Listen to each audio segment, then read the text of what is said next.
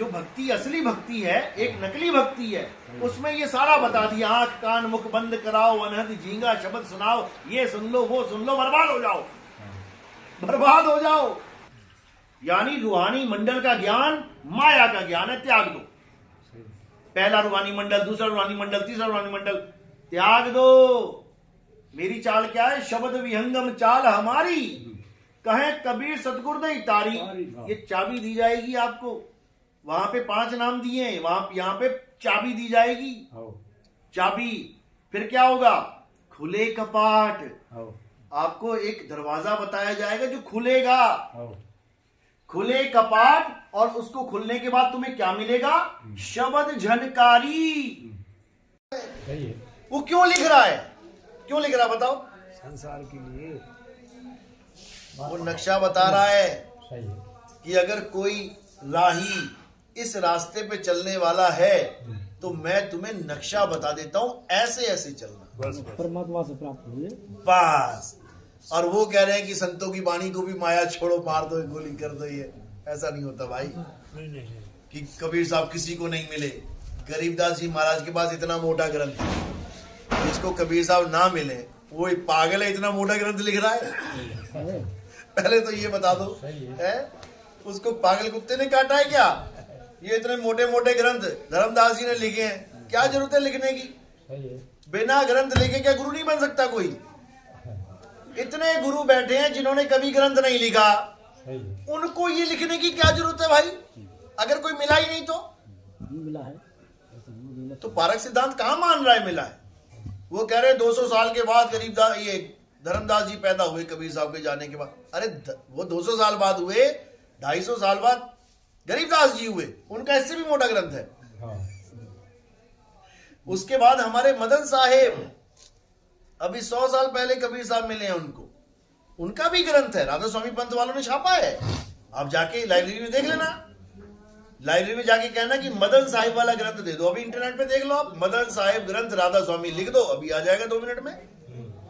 जब उनको कोई मिला ही नहीं तो ग्रंथ क्यों लिखेंगे? वो इतनी भी बुद्धि नहीं है। नहीं मिला है तभी लिखा। अब देखो, पहले पन्ने पे पहला पन्ना और पहला ही लाइन, पहली लाइन अगर पढ़ लीजिए, बस 2 लाइनें, मुक्ति हो जाएगी। कब? जब इसको जान जाओगी ये लिखा क्या है, ये नक्शा बना हुआ है।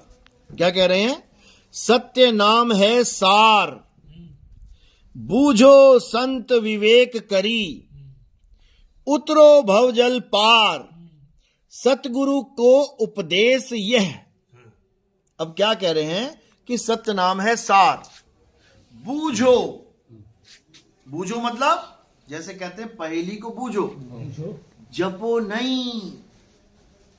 हमें सतनाम जपवाया जा रहा है, जपो सतनाम सतनाम सतनाम सतनाम, जबकि सतनाम बूझने की चीज है, अनुभव की, बूझने की। बूझा जाता है जब 2 का निबेड़ा किया जाता है। जैसे कहते हैं पहेली, बूझो तो जाने, उसने जो पहेली रखी है उसका निबेड़ा करना पड़ेगा, तुम्हें बताना पड़ेगा। तो ये सत्य नाम कोई जाप नहीं है कि ज्योत निरंजन ओंकार आरंकार सोहंग सत्यनाम, ज्योत निरंजन सत्यनाम नहीं, छोड़ो इसको। सतनाम कोई जाप नहीं है, सत्य नाम है सार। सार क्या होता है? 2 चीजें होती हैं, सार असार। असार यानी कि थोथा, सार यानी सत्य। सतगुरु ऐसा चाहिए जैसा शुभ सुहाए, और सार सार तो गही रहे, और थोथा दे उड़ाए। अब सतनाम क्या है? ये है सार। और थोथा क्या है? थोथा भी तो कुछ होगा। थोथा क्या है? इस सतनाम को छोड़ के सब कुछ थोथा ही है। ये जंतर मंतर तंत्र पूजा पाठ हवन यज्ञ, ये काया के चक्कर, श्वासा, ये आंख, ये कान, ये बाल, ये नाक, ये गुरु का शरीर जिसका तुम ध्यान धर रहे हो, ये सब थोथा माल है, सब थोथा है। और सार क्या है? सत्य नाम है सार। बूझो संत विवेक करी, उतरो भवजल पार। लो जी, भवजल ही पार उतार दिया। किससे? केवल सतनाम को बूझने मात्र से। और रामपाल जी क्या कह रहे हैं? सतनाम क्या है? ओम सोहंग सतनाम है, इसको जपो। श्वास अंदर गई, सोहंग, श्वास बाहर छोड़ी, ओम सोहंग, ओम सोहंग। बताओ, वो कह रहे भवजल पार हो जाएगा सतनाम से। वो कह रहे हैं ये तो काल और अक्षर पुरुष का मंत्र है, इसके बाद तुम्हें सार नाम देंगे, सार शब्द देंगे। बताओ क्या बच्चों वाली बातें कर रहे हो? सत्य नाम है सार, बूझो संत विवेक कर, उतरो भवजल पार, सतगुरु का उपदेश ये है। ये सतगुरु का उपदेश है कि सतनाम को बूझ लो, काम हो जाएगा। अब देखो क्या कहते हैं, पेज नंबर 3, जो कहते हैं निराकार परमात्मा है। कह रहे हैं निरंकार निरंजन नाऊ, ज्योत स्वरूप सुमरत सब ठाऊं। ये निराकार कौन है? दो चीजें होती हैं, साकार निराकार। साकार में ये सारी सृष्टि आ गई, सूरज चांद सितारे इधर, ये सब साकार है। और एक है निराकार, जो कण कण में व्याप्त है। जो साकार है वो नाशवान है, और जो कण कण में व्याप्त है वो ये निरंजन है, ब्रह्म है, परमात्मा नहीं है। परमात्मा ना साकार है ना निराकार है, दोनों से न्यारा। तो क्या कह रहे हैं? ये निरंकार निरंजन नाऊ, ज्योत स्वरूप सुमरत सब ठाऊं, गावही विद्या वेद अनूपा, जग रचना कियो ज्योति स्वरूपा। कह रहे यही काल भगवान है, सारी सृष्टि बना के बैठा है, ये सारे शरीर बना के, और खुद कहां विराजमान हो गया? यहां पे दोनों आंखों के बीच में ज्योत जग रही है, यही है काल भगवान। इसके दर्शन नहीं करने हैं, इसीलिए मना कर दिया आंख ना मूंदो, क्योंकि आंख मूंदोगे तो ज्योत प्रकट हो जाएगी। और ज्योत प्रकट हो गई तो कोई माई का लाल नहीं जो तुम्हें बचा ले। फिर तुम छोड़ोगे ही नहीं उसे। तुम कहोगे मुझे मिल गया जी, मिल गया परमात्मा, इसी ज्योत में मुझे गुरु का स्वरूप दिखाई दे रहा है। मारे जाओगे। तो बचने का रास्ता क्या है? उस रास्ते पे जाना ही नहीं है, आंख बंद करनी ही नहीं है, नहीं करने। आंख ना मूंदो, कान ना रूंदो, क्योंकि इसी काल भगवान ने 5 धुनें भी डाल रखी हैं अंदर, जोगी जति तपी सन्यासी को फंसाने के लिए। इसलिए कबीर साहब ने कान भी बंद छुड़वा दिए, मत करना, फंस जाएगा। और जो आपका प्रश्न है, आंख कान मुख बंद कराओ, अनहद झींगा शब्द सुनाओ, दोनों तिल कतार मिलाओ, तब देखो गुलजारा है।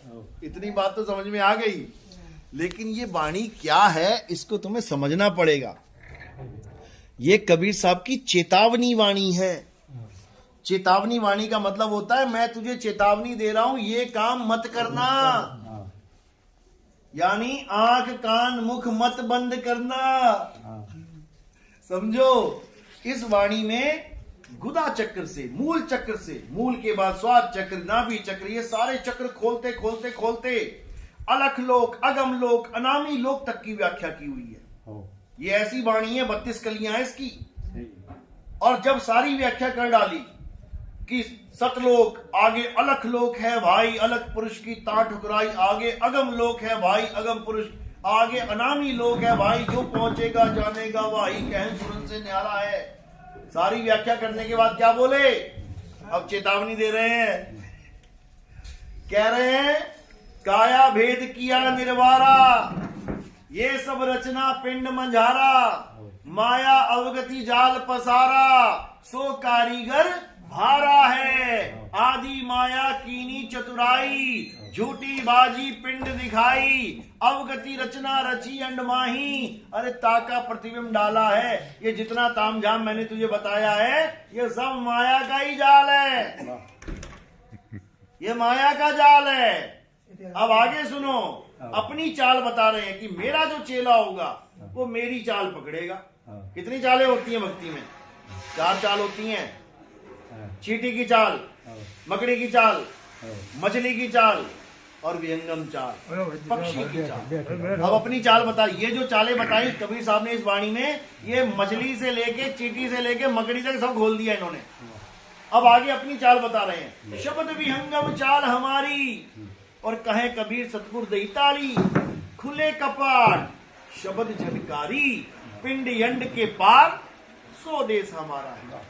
बस कर नैनो दीदार प्यारा है।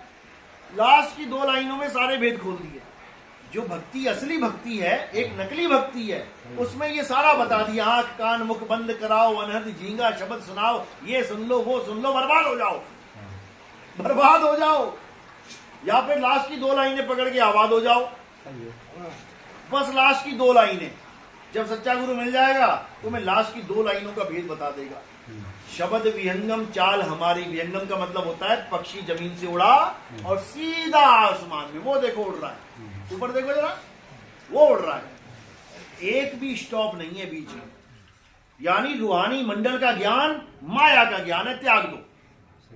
पहला रूहानी मंडल, दूसरा रूहानी मंडल, तीसरा रूहानी मंडल, त्याग दो। मेरी चाल क्या है? शब्द विहंगम चाल हमारी, कहे कबीर सतगुरुदेव तारी। ये चाबी दी जाएगी आपको। वहां पे 5 नाम दिए, यहां पे चाबी दी जाएगी। चाबी, फिर क्या होगा? खुले कपाट। आपको एक दरवाजा बताया जाएगा जो खुलेगा। खुले कपाट, और उसको खुलने के बाद तुम्हें क्या मिलेगा? शब्द झनकारी। ये है वो असली शब्द गुरु। इससे जुड़ना है सबने। शब्द विहंगम चाल हमारी, कहे कबीर सतगुरुदेव तारी। खुले कपाट शब्द झनकारी, और पिंड अंड के पार। पिंड का मतलब क्या होता है? काया। शरीर के पार है वो देश। ये शरीर तो पिंजड़ा है। वो आसमान में जो उड़ रहा है, इसी का एक भाई जमीन पे आया कुछ खाने के लिए, उसको पकड़ के पिंजड़े में डाल दिया गया। अब उसका परमात्मा, उसका घर कहाँ है? पिंजड़े में कि ऊपर? बस यही समझना। इस पिंजड़े के पार सो देश हमारा है, और कर नैनो दीदार महल में प्यारा। समझ में आ गए तो बहुत अच्छी बात है, नहीं तो सही बात है। जय सतनाम। हो गया टाइम? चलो भाई, सत्संग यहीं हो जाएगा। 2 घंटे हो गए बोलते हुए।